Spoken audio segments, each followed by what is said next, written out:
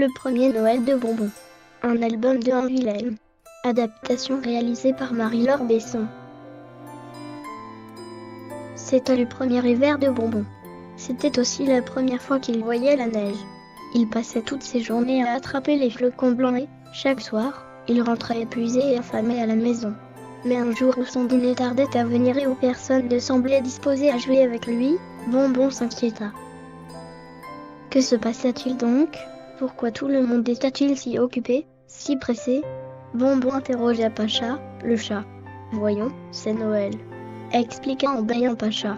Bonbons avait déjà entendu ce mot, mais il ne savait pas vraiment ce qu'il signifiait. Ça sera très amusant, dit-il dans l'espoir de faire parler Pacha. Seulement si le Père Noël t'apporte un cadeau, marmonna Pacha. Pourquoi ? Il pourrait ne pas m'en apporter, s'inquiétait Bonbons.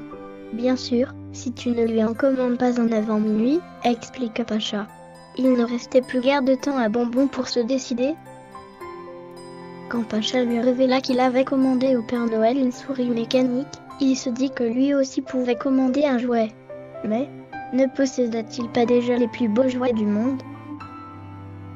Dans la maison, traînaient tant de chaussures et de chaussettes à mettre en lambeaux. La chambre des enfants foisonnait d'objets avec lesquels faire le fou.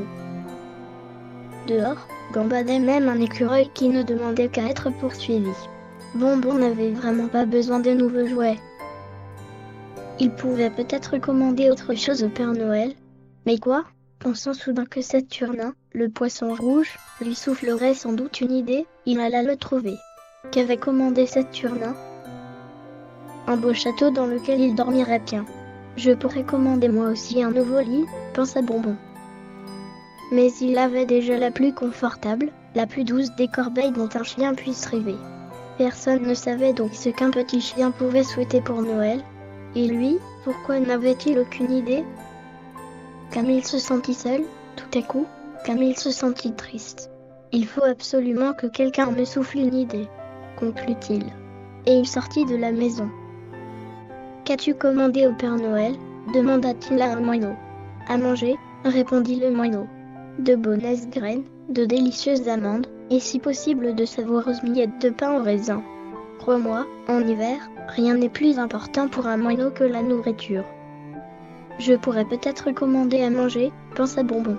Mais j'ai déjà tout ce qu'un chien peut souhaiter.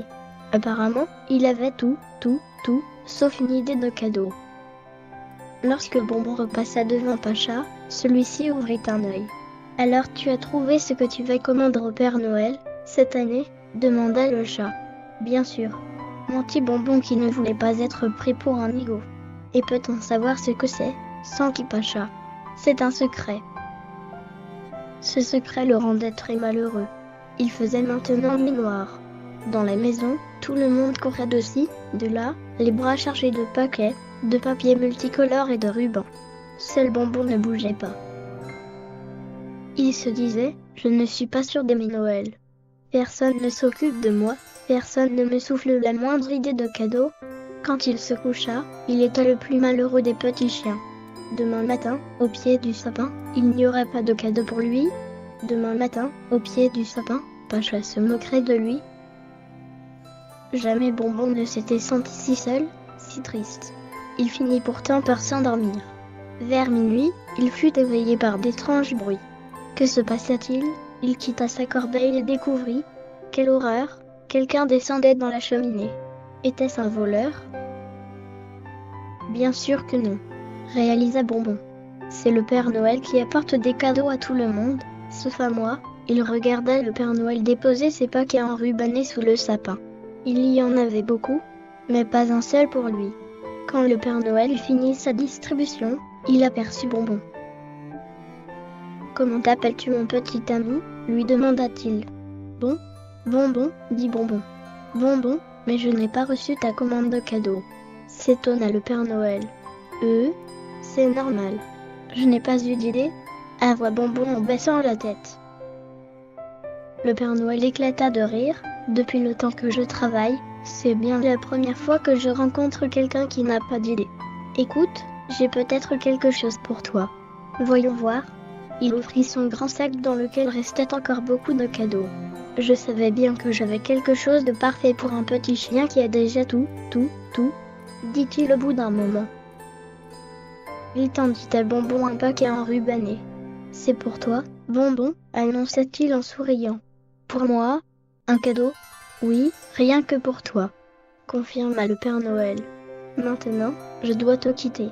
Allez, au revoir, à l'année prochaine. Et il remonta dans la cheminée. 2 secondes plus tard, Pacha et Saturnin ouvrirent un œil. Le moineau les imita. Qu'est-ce qui avait bien pu les réveiller? Les cris de Bonbon, bien sûr. Venez voir, hurlait-il. J'ai un cadeau. Le Père Noël m'a apporté un cadeau. Il défit le ruban, et que découvrit-il? La plus belle des surprises. Un petit chien qui s'appelait Bonbon. Bonbon et Pompon se souhaitèrent un joyeux Noël, et ils commencèrent à jouer. Bonbon n'était pas prêt d'oublier son premier Noël, ce Noël où il avait eu le plus beau de tous les cadeaux dont on puisse rêver, un ami. Le premier Noël de Bonbon est adapté en album accessible pour une utilisation privée et non commerciale.